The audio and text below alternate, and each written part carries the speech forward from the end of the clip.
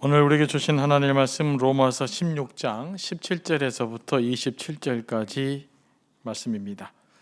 한 줄씩 또 교독하겠습니다. 형제 자매 여러분, 내가 여러분에게 권합니다. 여러분이 배운 교훈을 거슬러서 분열을 일으키며 올무를 놓는 사람들을 경계하고 멀리 하십시오.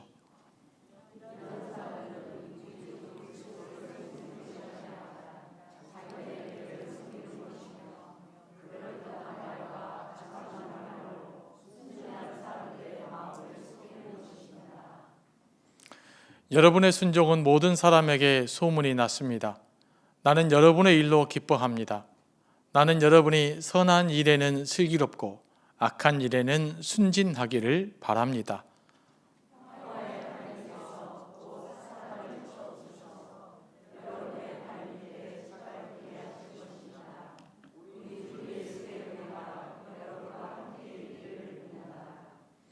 나의 동역자 디모데와 나의 친척 루기오와 야손과 소시바다가 여러분에게 문안합니다.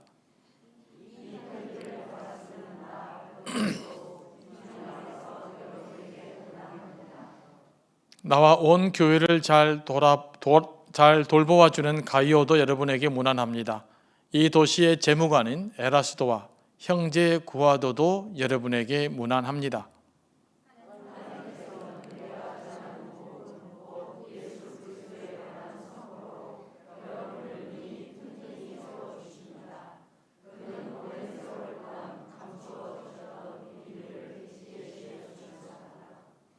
그 비밀이 지금은 예언자들의 글로 환히 공개되고 영원하신 하나님의 명을 따라 모든 이방 사람들에게 알려져서 그들이 믿고 순종하게 되었습니다.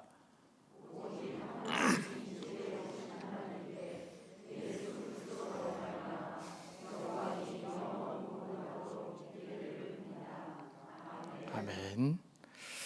말씀을 위해서 기도합니다. 성령 하나님, 이 시간도 우리를 감동하여 주시고 더 말씀이 잘 이해되게 하시고 말씀이 감동되게 하여 주시옵소서. 예수님의 이름으로 기도합니다. 아멘.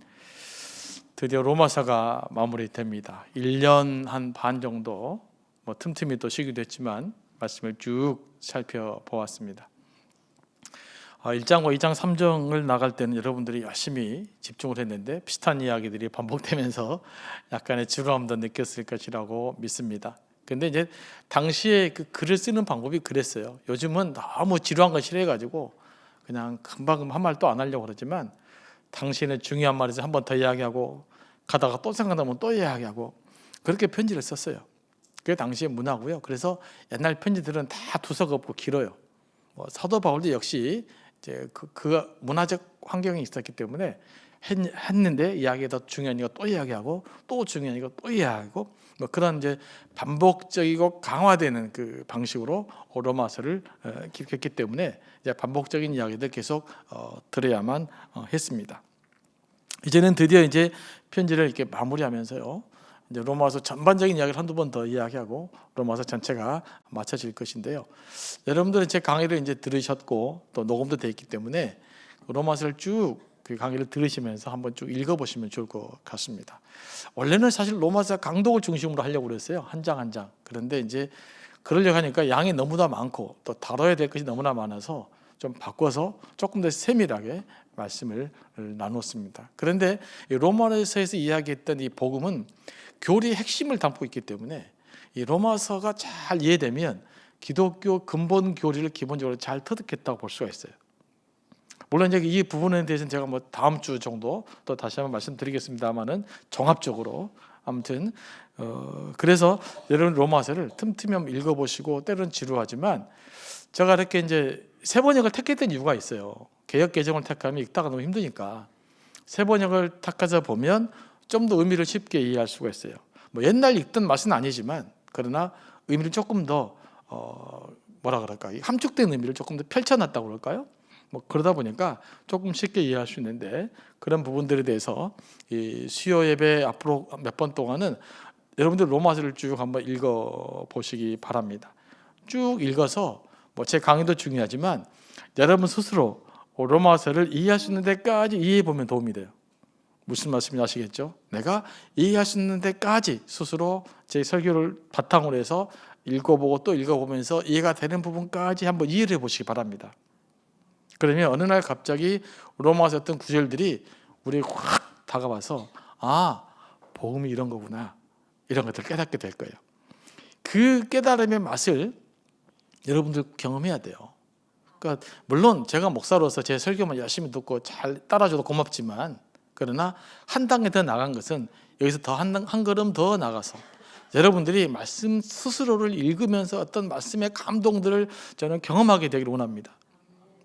제가 지금까지 이제 약 4년 넘게 설교하는 취지도 여기에 있어요. 그래서 가능하면 성경 내용을 좀 자세하게 역사적 배경과 더불어 세밀하게 했던 이유가 뭐냐면, 이런 것들을 통해서 여러분들 성경을 다시 읽을 때 이 제 말씀이 기억나서 성경을 제대로 이해했으면 좋겠다. 적어도 제가 이 목회하는 끝까지는 성경 한 번 정도는 다 다루어서 여러분들이 성경 전체를 한번 들었으면 좋겠다라고 하는 것이 이제 제가 목회하는 어떤 설교를 구성하는 방법 중에 하나입니다. 그래서 가능하면 반복된 성경을 안 다루려고 제가 애를 쓰고 있어요. 어쩔 수 없이 이제 다룰 수밖에 없는 상황이 되지만은 이제 그런 것들 여러분들이 이해하셔서 설교를 들으시고 성경을 쭉 읽어보시는 훈련들을 좀 하시면 좋겠다. 그것이 제가 수요 기도에도 준비하는 목적이고 또 주일 설교도 그런 개념으로 준비하겠다라는 것 여러분들 이해하시면서 바라옵기는 여러분들이 힘들 때마다 성경 한 권 들고 기도원에 갈 수 있는, 성경 한 권 들고 나가서 기도하고 하나님과 결판 지을 수 있는, 저는 그런 여러분들이 됐으면 좋겠어요. 그게 진짜 살아있는 신앙생활 아니겠어요? 그래서 조금 어려운 여러분들의 숙기일지 모르지만 앞으로 저는 여러분들이 이런 수준에 가야 된다고 믿어요. 그렇게 가기를 원하고요. 그래서 그런 삶 가운데 잘 진행될 수 있게 되기를 원하면서 로마서를 한번 쭉 한번 천천히 여러분들 이해될 수 있는 범위 내에서 쭉 이해하시면서 생각해 보시면 한번 읽어보시기를 꼭 권면합니다. 그래서 사도 바울은 편지를 마무리하면서 염려된 부분을 하나 지적해요. 다 끝날 것 같은데 사도 바울 또 한 가지 생각이 난 거예요. 편지로 말하면 추신에 해당되는 글이죠. 추신. 다 끝난 것 같았는데 할 말이 생겼어요. 또 쓰기는 힘들잖아요. 처음부터. 그러니까 추신으로 쓴 부분이 오늘 본문에 해당된 부분입니다. 그 추신에 해당되는 부분이 오늘 17절 이하의 말씀이죠. 사도 바울이 뭐에 대해서 염려를 하고 있어요? 분쟁에 대해서. 그리고 이단 사상의 침투에 대해서 다시 한번 염려하고 있어요. 17절 말씀입니다. 다 같이 읽어볼까요? 시작. 형제 자매 여러분, 내가 여러분에게 권합니다. 여러분이 배운 교훈을 거슬러서 분열을 일으키며 올무를 놓는 사람들을 경계하고 멀리 하십시오. 그러니까 아무리 성숙하고 그런 공동체에서 꼭 어떤 사상도 있었습니까? 교회는 그 교훈을 거스르는 사람, 다시 말하면 바울이 가르친 복음의 진리를 왜곡시키는 사람들이 생겨났던 거예요. 지금도 마찬가지죠. 언제나 설교하면 그 말씀을 왜곡시키는 사람들이 존재하는 것이죠. 오늘 여기에 대해서 사도 바울은 이들을 거짓 교사에 대한 실은 경고의 말씀입니다. 거짓 교사들이 교회 분열을 조장하고 분쟁을 일으키는 것을 목적으로 합니다. 그러니까 거짓 교사는 뭐 해야 돼요? 일단 교회가 분란이 일어나야 돼요. 분란이 일어나서 너 편이고 너 편이 나눠지면 주류에 들지 못하는 다른 사람들은 소외될 거 아니겠어요? 그런 사람들에게 접근해가지고 그들을 자기 편으로 삼죠. 그래야 자기 사랑을 모을 수 있으니까요. 그래서 거짓 교사들은 이단 사상도 가르치지만 늘 교회 분열을 조장하려는 이야기들을 많이 한 것이죠. 그런데 이름은 항상 그럴듯하죠. 교회를 위해서, 또 목사님을 위해서, 또 앞으로 더 성장 복음을 위해서라고 이야기하지만 그 분열을 조장한다는 것이죠. 그런데 이 거짓 교사들의 가르침은요, 엉뚱하지가 않아요. 아예 잘못된 가르침을 가르치면 금방 알아버리잖아요. 그러니까 여러분, 거짓 교사들, 이단 사상들은요 비슷비슷해요. 또는 더 교회를 위한 것처럼 이야기해요. 그러면서 거짓 사상들이 슬며시 들어오는 것이죠. 때로는요 지금 세계관에 더 잘 맞아요. 예를 들면 사도 바울 당시 대표적 이단들은 지난번에도 말씀드렸지만 두 가지죠. 하나는 영지주의자들. 영지주의자는 플라톤 내 철학 사상을 바탕으로 하고 있어요. 기초가. 그러니까 당시 세계관에 저 잘 맞아요. 그리고 두 번째, 유대 율법주의자들. 유대 율법주의자들은 유대교에 가까운 사상이에요. 그러니까 유대교 출신들에게 유대교 율법주의자들의 말은 상당히 그럴듯하게 들릴 수 있는 것이죠. 그리고 그리스 로마 사람들에게 영지주의자는 그럴듯하게 들려지는 거예요. 왜냐하면 자기들의 사상을 기반으로 하고 있기 때문에. 여러분, 이단은요 변시롭게 어느 날 갑자기 나타나는 것이 아니에요. 세상에 있는 사상들을 가지고 또 사람들 합리적으로 이해할 수 있는 사상을 가지고 교회에 침투해 들어오기 때문에 일반적으로 헷갈립니다. 뭐 신천지 같은 경우도 그러죠. 내가 처음부터 이만희가 뭐 예수님 대신이다 이렇게 이야기 않잖아요. 그 이야기를 들으려면요 오랫동안 다녀야 돼요.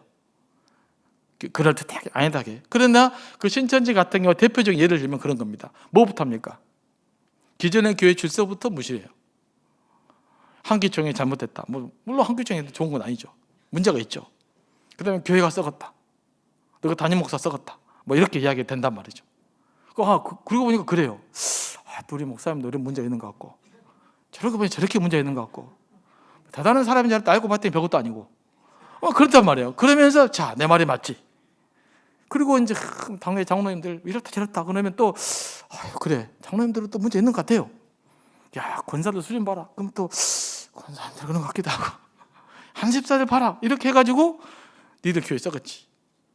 그러므로 잘못됐으니까 우리한테 와라. 이런단 말이에요.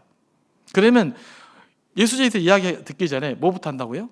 기존의 교회 시스템이나 질서부터 공격을 해서 거기에 대해서 여러분에게 불신을 줘요.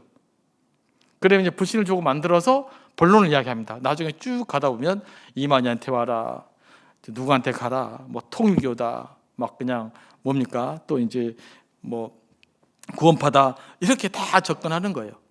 여러분 처음부터 뭐 구원파가 나는 구원파요. 뭐 이렇게 말하는 사람 봤어요? 절대 그러지 않아요. 굉장히 친절하게 그럴듯하게 하지만 교회의 기존 질서를 부정하는 데서부터 시작된다는 거예요. 그래서 그 사람의 신앙의 진위를 알려면요 뭘 살펴보면 되느냐, 신학적으로 교회론을 살펴보면 돼요. 그가 교회를 어떻게 이해하고 있느냐. 교회론의核心은 교회는 그리스도의 몸인 교회예요. 믿으십니까? 그러니까 교회는 제가 아무리 타락할지라도 그리스도의 몸인 교회로서의 교회의 본질은 흐트러지지 않아요. 무슨 말인지 이해되시죠? 여러분들이 아무리 타락해도 그리스도의 몸으로서의 교회의 근본적 가치는 훼손되지 않는다는 말이에요. 그런데 이 교회의 가치를 막 흔들어 버리는 거예요. 굳이 예배를 드려야 되냐, 이렇게 해야 되느냐, 꼭 이런 지역교회를 섬기는 하나님의 뜻이냐, 그거 뭐예요? 교회를 자꾸 흔드는 거예요. 그래서 뭐 조직신학도 마지막 편이 교회론이에요. 다 설명하는데 교회론에서 그 사람의 신앙이 건강한가 건강하지 않는가가 결정이 돼요. 그러니까 여러분이 내 신앙을 지금 건강에 서 있는가라고 하면 건강한 교회론이 바탕이 돼 있어야 돼요. 교회의 핵심이 뭐냐고요? 교회는 그리스도의 몸인 교회에서 완전한 교회예요. 물론 우리 지역교회는 불완전해요.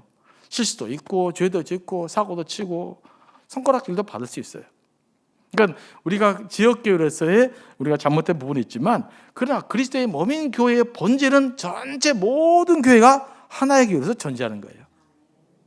그래서 조금은 교단마다 좀 사상이 다르고 주장하는 바가 다르지만 그리스도의 몸인 교회로서 전체로서 하나의 교회를 우리는 고백하며 살아가는 거예요. 그런 의미에서 이 지역에 있는 교회도 여전히 함께 성장해야 될 거룩한 하나님의 교회인 것이죠. 하지만 이제 사람들의 성향에 따라서 이제 이런 부분들이 자기한테 취향에 맞는 교회를 선택할 수는 있겠죠. 그러나 이 이제 거짓 교사도 핵심이 뭐냐? 이거 알아셔야 돼요. 핵심이 뭐냐? 예수 그리스도를 믿는 것만으로는 불충분하다는 거예요. 자, 핵심이 뭐다고요? 이단들의 핵심이 예수만으로는 불충분해요. 그러니까 예수님만으로는 불충분하니까 이만희가 필요해요. 예수님만으로는 불충분하니까 누가 필요해요? 안산홍이가 필요해요. 예수님만으로는 불충분하니까 다른 누가 필요하다고요. 그러니까 이단들의 핵심은 예수님만으로는 안 된다는 거예요. 복음만으로는 안 된다는 거예요. 복음에다가 뭔가가 있어야 된다는 거예요. 근데 요즘 이렇게 생각하는 사람들 얼마나 많습니까? 요즘 세상에. 이단은 아니지만. 물론 교회 다니는 사람들이 예수도 믿고 도덕적으로 성숙하게 살아야 돼요. 그러나 그것은 예수 믿는 사람이 맺어야 될 열매인 것이지 복음의 근본 가치는 그것이 아니에요.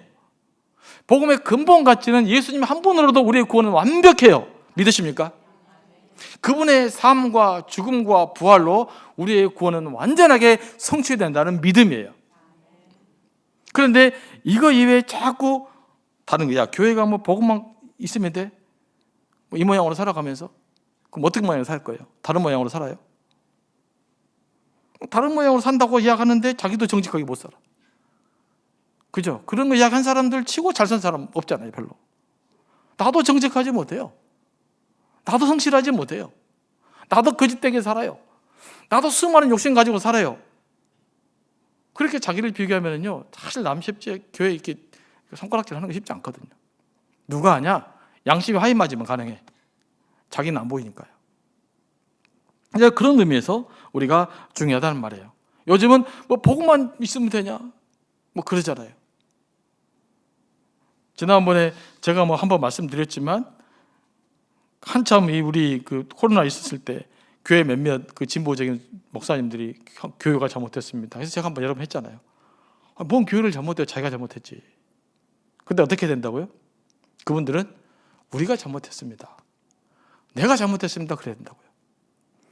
우리가 그 사람들은 한국 교회가 대표권 준 적이 한 번도 없어요. 근데 자기들이 무슨 권리로 교회가 잘못했습니다. 그래요. 그게 우리의 모순이란 말이에요. 어떻게 된다고요? 우리가 잘못했습니다. 내가 잘못 살았습니다. 나는 목사인데 이런 의식까지 못하고 살았습니다. 라고 고백해야죠. 이게 정직한 고백 아니겠어요? 그런데 본인이 무슨 권리로 한국교회가 잘못했습니다. 라고 이야기해요. 다 잘못한 건 아니잖아요. 그러니까 우리가 이런 논리를 이야기하면 제가 잘못했습니다. 멋있게 보이잖아요. 이게 유혹이에요. 여러분 멋있게 보이지 마세요. 세상 사람들에게. 주님께 잘 보여야죠. 하나님께 잘 보여야지. 세상 사람들 잘 보여봤어요. 뭐 우리가 그 사람들 눈치 보고 살 겁니까? 자, 그런 의미에서 이단들은 뭐가 문제라고요? 예수님만으로는 불충분하다. 예수님만으로 불충분하니까 그냥 이웃에게 못해야 되고 저것 해야 되고 저것 해야 되고 그런 이야기를 하는 거예요. 우리는 예수님만으로 불충분하기 때문에 그 일을 하는 것이 아닙니다. 복음의 사람으로서 예수 믿는 사람으로서 사람을 살리고 세우는 일을 감당해야 되기 때문에 그 일을 감당하는 거예요. 순서가 굉장히 중요한 거예요. 동일하게 덕을 세워야 되지만 덕을 세워야만 구원받는 것이 아니에요. 예수 믿는 자기 때문에 그리스도의 덕을 세우기 위해서 내가 다른 사람들을 돕고 서로 나누고 더 진실하고 더 성실하고 더욱 의미 있게 살아가는 겁니다. 여러분, 이 순서가 뒤바뀌어지면 이단이 되는 거예요. 분명하게 기억하셔야 됩니다. 이것만 정확하게 여러분 정립되어 있으면요, 흔들릴 리가 없어요. 흔들릴 것도 없고. 근데 이게 기초가 안 서면 자꾸 흔들려요. 그러니까 옛날에 뭐 김용옥 박사가 막 무슨 말 해가지고 얼마나 신앙인들 헷갈렸어요. 그 사람 대단한 줄 알고. 근데 그때 제가 좀 우리 그 많은 고민을 했단 말이에요. 이것 때문에 흔들려 버리면 되나? 김용옥 박사가 저렇게 말한 것보다 그러고 말 일이지. 그것 때문에 교회를 떠난 사람들이 많단 말이에요. 특별히 좀 깨어있다는 그 남자들. 뭐 그렇게 헷갈리는지 모르겠어요. 복음이 안 돼 있으니까. 복음의 기초가 안 돼 있으니까 누가 잘난 이야기 해버리면 쑥쑥 빠지고 헷갈리고 그런 거예요. 저 사람은 저렇게 말한 것보다 우리는 성경 믿지. 그렇잖아요. 성경 믿는 사람이잖아요. 그러면 그 성경 자체를 믿으면 되는 거예요. 이게 여러분 신앙의 핵심입니다. 그리고 17절 말씀 봅니다. 여기서 올무를 놓는 사람의 표현이 있는데 이 올무는 뭐 길에 놓아 넘어지게 하는 그 장애물을 이야기합니다. 조금 전에 이야기했던지 그 초대교회는 두 가지 핵심적인 이단들, 영지주의하고 유대율법주의자들 뿐만 아니라 교회의 분열을 일으키는 사람들도 올무가 되는 거예요. 여러분, 사가족들은요, 교회가 분쟁이 일어나잖아요. 그러면 당장 떠납니다. 우리 기존의 성도님들은 잘 아셔야 돼요.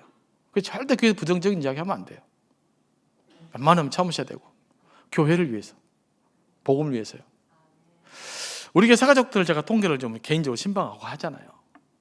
그러면 뭐 있으신 분도 있으시지만 기존에 교회를 다니다 우리에게 오신 분, 많은 분, 이사 오신 분 말고 그분들이 뭐 때문에 교회를 떠난지 아십니까?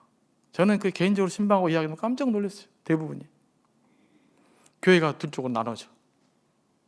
그러니까 이쪽은 우리 편 해주시오, 또 저쪽은 또 우리 편 해주시오. 이 사람도 아는 사람, 저 사람도 아는 사람, 이쪽 편도 못 들고 저쪽 편도 못 들고 서로 우리 편 해달라고 그러니까 어떻겠어요? 그럼 교회를 떠나야죠. 그래 오신 분들 많아요. 그래서 절대로 교회는 나눠 있거나 양분되어 있는 것은 죄악입니다. 절대로 해야지 말아야 할 거. 우리 편 대주세요. 이름 하지 마세요. 하나님 앞에 정말 범죄한 거예요.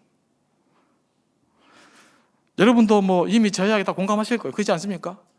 다 여러분 교회와 화목해서 떠난 게 아니에요. 뭐 제가 설교 잘해가지고 저 설교 들려고 오신 거 아니에요. 물론 그런 면도 있지만 근본적으로는 다른 데 있어요. 다른 상처받고 상처를 가눌 길이 없기 때문에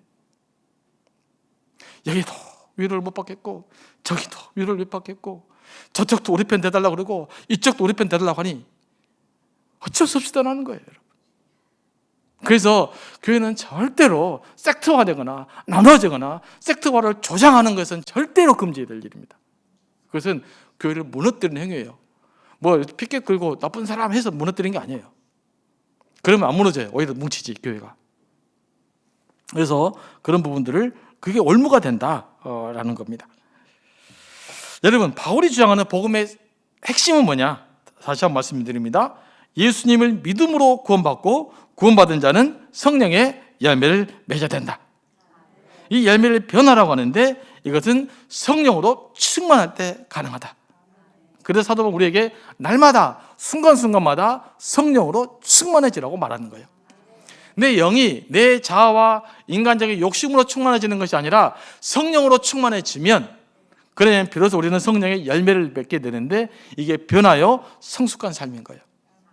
우리가 이웃에게 사랑을 나누는 것도 성령의 열매의 일부예요.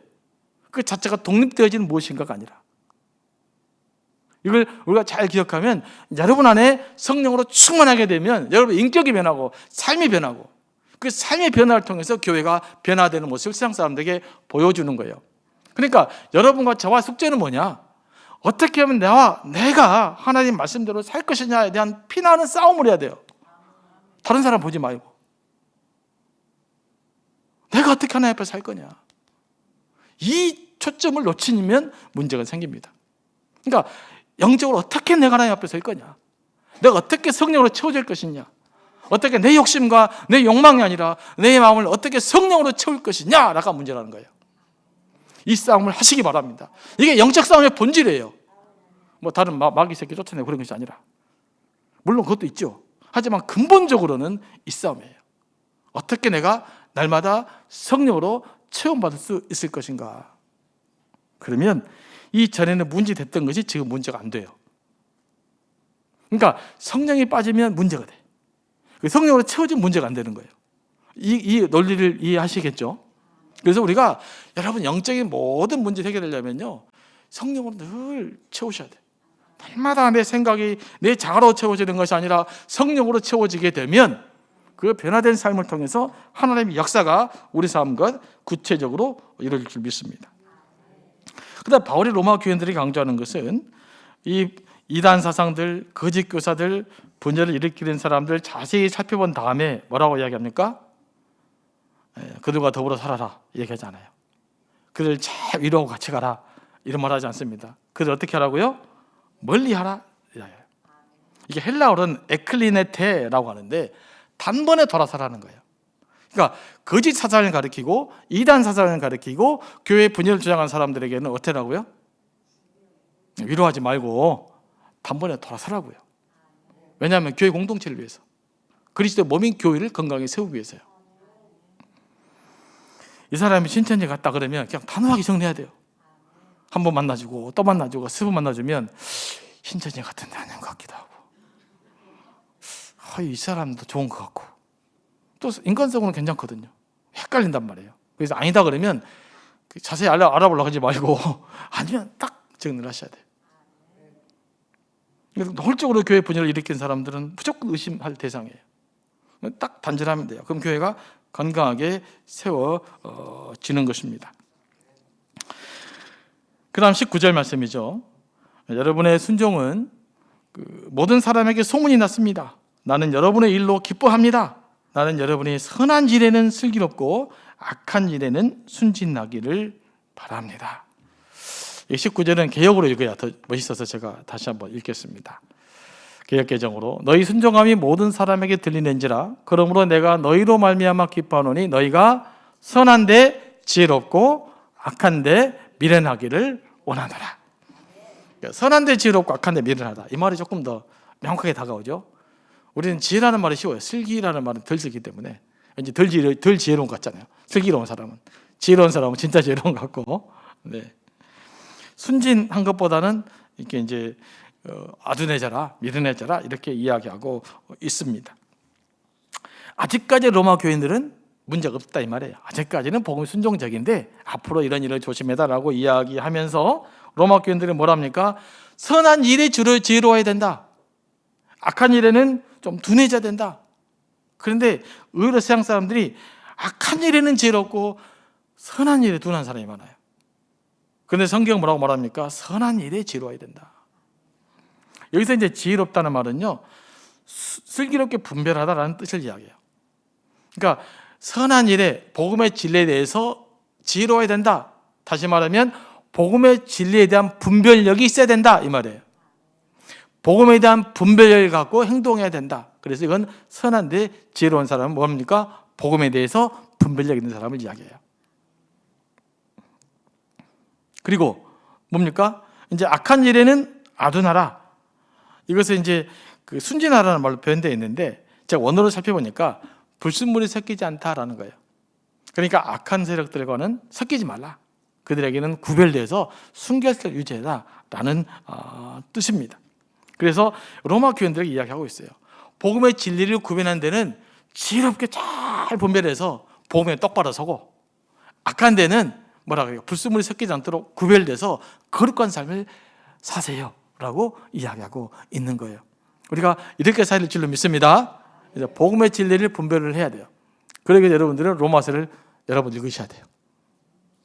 복음의 진리를 분별하기 가장 쉬운 기준이 로마서에 담겨 있기 때문에 그렇습니다. 자, 이렇게 우리를 지키고 있으면 하나님 우리를 승리하게 하실 거예요. 20절 말씀 다 같이 읽어보겠습니다. 상반만 시작. 평화의 하나님께서 곧 사탄을 쳐부셔서 여러분의 발밑에 짓밟히게 하실 것입니다. 네, 여기까지 읽겠습니다. 네, 우리가 선한데 지혜롭고 악한데 좀 미련하게 삶을 지키다 보면 누가 역사하십니까? 하나님이 역사하셔서 사단의 역사를 쳐부수고 그 사단의 역사에서 승리하게 만들 것이다. 우리를 악한 세력에 빠지지 않게 할 것이다. 우리를 거짓 교사들의 세력에 빠지지 않게 하실 것이다 라고 지금 말씀하고 있는 것입니다. 그렇기 때문에 우리가 선한 일에 지혜롭고 악한 일에는 미련한 상태로 잘 견디는 과정이 필요하겠죠. 그걸 잘 견뎌내면 하나님의 역사하실 때가 와요. 그러면요 많은 일들이 풀어집니다. 꼭 우리 영적으로 뿐만 아니라 여러분의 삶의 문제도 그럴 거예요. 정말로 중요하고 어려운 문제 있잖아요. 인간적으로 볼 때는 참으로 답이 없을 때 어떻게 해야 돼요? 그때는 답이 없어요. 그냥 기다려야 돼요. 기도하시면서. 그러다 어느 날 싹 풀려 있잖아요. 그런 거 많이 경험하지 않습니까? 우리 목자들 간증 이야기 들어보면요 그런 경험을 많이 하세요.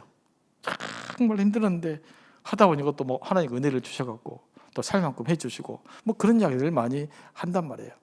그래서 우리가 여러 가지 환난과 시험이 와도 때로는 꽉 참고 그래도 선한 일에 지혜로우려고 하고 그래도 악한 일과는 구별돼 보려고 노력하면 어느 날 어느 순간에 하나님께서 역사하신 하나님의 손길을 경험할 수 있어요. 이런 게 신앙의 맛이라고요.